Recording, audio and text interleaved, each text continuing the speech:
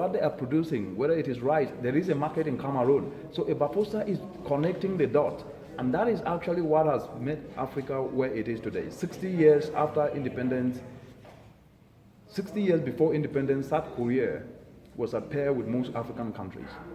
60 years after independence, South Korea economy is 15 times more than most African countries. That means there is a chronic problem. And it is very simple. South Korea rose from where it was 60 years ago by focusing on their catalytic sectors, by utilizing what I call innovative volunteerism, that is building on skills, ensuring that people can volunteer their time, their networks, their partnerships to come together and do something that is bigger than them, something that in the course of doing it, build their experience and so they can leverage and get more better things to do. That has not been pitched.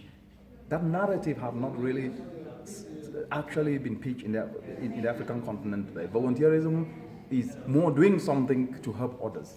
But we now need to change that and say, a teacher in a classroom teaching a kid to understand that if you are able to venture into agribusiness and tap into the abundant renewable energy, you are actually in the money. I presented today making the case, report after report have shown that the agro economy in the African continent is worth $1 trillion US. Are we tapping into it? The answer is no. Agriculture is the only sector where poverty can be reduced 3 to 4 times. Manufacturing will not do that. Tourism will not do that. Transportation will not do that. And it is the only sector whereby if you increase agricultural use by 10%, it reduces poverty by 7%. These glaring statistics are being talked about every day. They are being discussed in boardrooms. But the reality now is, with Agenda 2063, with the Sustainable Development Goals, and with the Paris Climate Change Agenda, we cannot come back after 15 years again and start talking about other agendas.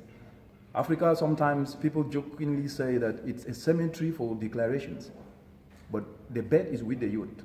Though we have above 60% of them unemployed today, 65% of the population of the continent is useful.